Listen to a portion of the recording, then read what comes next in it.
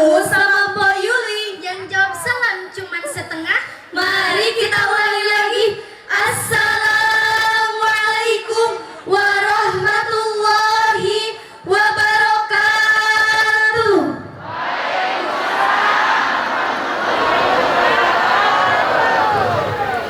Alhamdulillahilladzi kana bi ibadihi khabiran basyira. Tabarakalladzi ja'ala fis sama'i buruja wa ja'ala fiha siraja wa qamaran munira.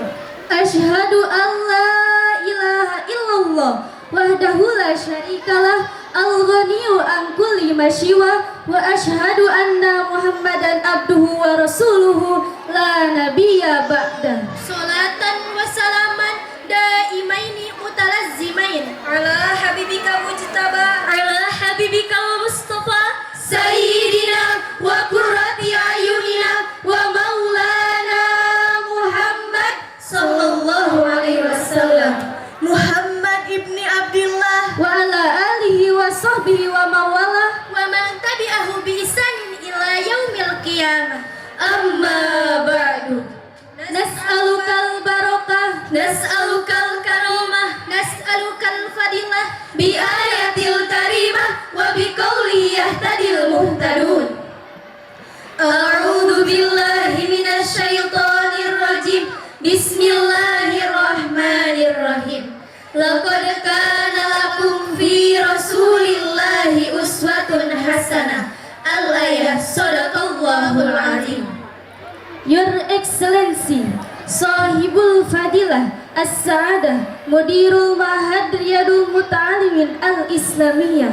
Your Excellency Sahibul Fadilah As-Sa'adah Raisul Muassasah Ar-Raudah Campaka Purwakarta. Your Excellency, Ashabul Fadilah, As-Sa'adah, Ru'asaul Hayat, Bimahad Yadul Muta'alimin Al-Islamiyah. Respectable As-Sadatul Mudarrisuna wal Asatid, yang kami hormati dan yang kami muliakan, segenap para tamu undangan yang kami hormati, segenap wali santri Pondok Pesantren Riyadul Muta'alimin Cireok, dan tak lupa dan yang tak akan pernah terlupakan Mereka yang tak pernah lelah untuk mengaji, Mereka yang tak pernah lelah untuk mengabdi, mereka yang tak pernah lelah untuk mencari jati diri.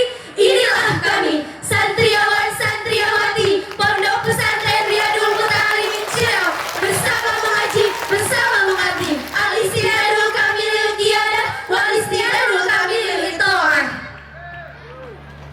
Awalan, hayya bina nashkurullah azza wa jalla alladzi qad a'tana ni'aman katsiratan hatta nastati an najtami'a fi hadzal mahadil mubarak.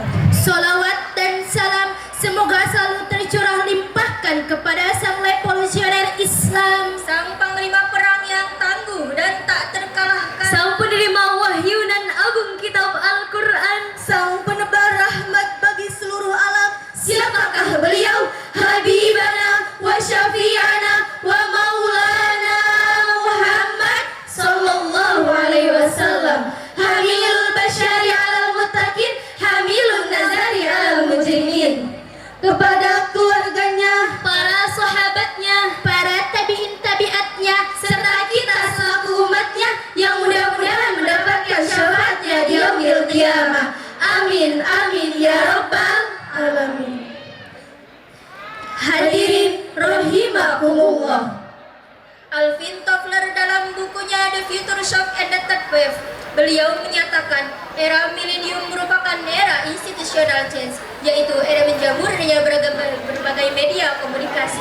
Konsekuensinya pada sisi lain melahirkan nilai-nilai positif, namun di sisi lain overloading information melahirkan disease of adaptation atau penyakit adaptasi. Penerimaan terhadap unsur-unsur asing tanpa mempertimbangkan baik buruknya. Ketika orang barat berjudi, remaja dan pemuda kita terlena dengan gapleh dan remi. ketika orang barat terlena dengan minum-minuman keras, remaja dan pemuda kita terlena dengan budaya mabuk-mabukan tanpa batas. Ketika orang barat berpakaian mini, Para pemudi sudah tak menghiraukan auratnya lagi. Akibatnya manusia hidup bebas, keras, beri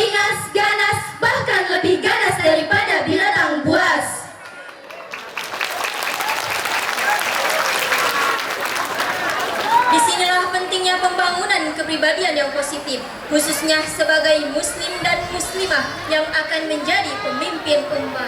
Dalam hal pembangunan pribadi yang positif dan kepemimpinan, maka kiranya kita harus meneladani sang junjungan kita, yakni baginda agung Nabi Muhammad Sallallahu Alaihi Wasallam. Rasulullah adalah sosok pemimpin yang paling sukses di antara para nabi, para pemimpin agama, dan para pemimpin lainnya dalam membangun peradaban manusia sedunia. Hadirin, melihat betapa pentingnya meneladani sikap dan sifat Nabi Muhammad tersebut, khususnya dalam membangun masyarakat madani, maka kita akan membahas Kepemimpinan Rasulullah Sallallahu Alaihi Wasallam teladan membangun masyarakat madani.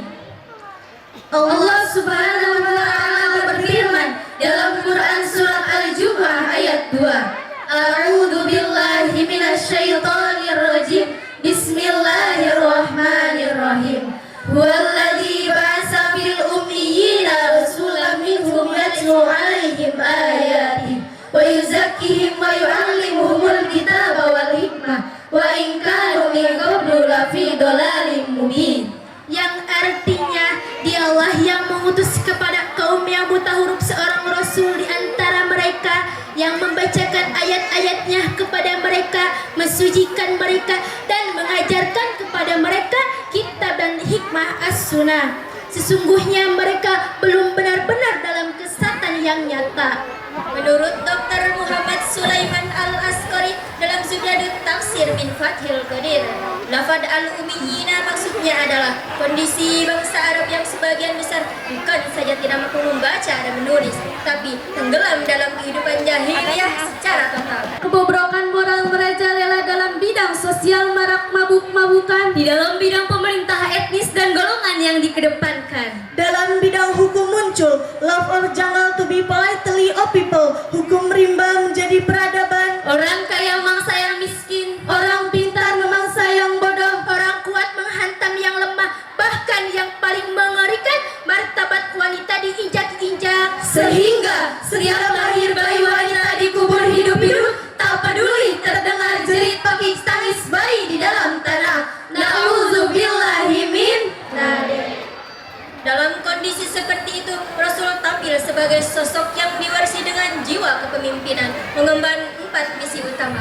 Pertama, misi tilawah, yatslu alaihim ayati, membaca ayat-ayat Allah, baik ayat Qur'aniyah maupun ayat kauniyah. Kedua, wa yuzakihim, misi tazkiyah, membersihkan segala bentuk kekufuran. Ketiga, misi taklim, wa yu'allimuhumul kitab, mengajarkan Al-Quran sebagai pedoman reformasi, sebab Al-Quran is the only thing that can lead man to happiness. Al-Quran adalah satu-satunya buku petunjuk hidup yang mampu mengajarkan manusia menuju kebahagiaan. keempat, al-hikmah, menampilkan sunnah dan akhlak. Hadirin rahimakumullah. Keempat unsur tersebut merupakan strategi pembangunan Rasulullah SAW yang terbukti berhasil dan membentuk pembangunan masyarakat sedunia. Namun lain halnya dengan gerakan pembangunan di negara kita, konsepnya setinggi langit, gaungnya menggema kemana-mana, tapi hasilnya entah kemana. Mengapa ini bisa terjadi? Ini disebabkan karena krisis figur. Di era reformasi ini, bukan figur-figur pembangun sejati yang muncul, tetapi yang menjamur adalah oknum-oknum pemimpin yang haus kursi, haus pangkat, haus jabatan dan popularitas. Karena kalau pembangunan kehilangan figur, taubah laksana anak ayam yang kehilangan induknya, tak tahu arah kemana ia harus melangkah. Instruksi yang dicita-citakan, tapi destruksi yang dirasakan. Pembangunan tinggi landas yang dicita-citakan, tapi tinggal kandas yang dirasakan. Pembangunan nasional yang dicita-citakan, tapi penderitaan nasional yang dirasakan. Maka sudah seharusnya kaum santri harus berani unjuk diri sebagai penerus dari perjuangan ulama dan kiai untuk menjadi pemimpin. Karena kita tahu bersama al-ulama warasatul anbiya, ulama adalah pewaris para nabi. Abu A'la al-Maududi dalam Prophet Islam mengatakan, he is the only one example where all excellencies have been blended in one personality. Nabi Muhammad adalah satu-satunya contoh terlengkap dalam keunggulan yang termasuk dalam diri seorang pribadi. Kemudian Bagaimana sikap beliau dalam membangun masyarakat madani? Untuk mengetahui jawabannya, mari kita renungkan firman Allah dalam Al-Quran surat Al-Imran ayat 159. A'udzu billahi minasy syaithanir rajim. Bismillahirrahmanirrahim. Fabima rahmatin minallahi linta lahum walau kunta faddan ghalidhal qalbi lam faddu min hawlika fa'fu anhum wastaghfir lahum wa shawirhum fil amri fa idza azamta fatawakkal 'ala Allah innallaha yuhibbul mutawakkilin. Pada ayat tersebut terdapat 5 akhlak pemimpin yang dicontohkan Rasulullah Muhammad sallallahu alaihi wasallam. Pertama, lintalahum, dengan lemah lembut dapat menunjukkan keluruhan budi, dapat menarik simpati lawan, membuat segan bagi semua lawan. Kedua, sifat Rasul tidak bengis dan tidak berlaku kasar. Ketiga, fa'fu anhum, pemaaf, wastaghfir lahum, yakni mudah untuk memberi ampunan bagi orang-orang yang salah. Keempat, wasyawirhum fil amri. Rasul sangat senang bermusyawarah, tidak otoriter dan siap dikritik ketika keliru. Kelima, beliau memiliki komitmen. Fa'idha azamta fatawakkal 'ala Allah. Setelah menetapkan planning dalam suatu kegiatan, lalu bertawakal kepada Allah.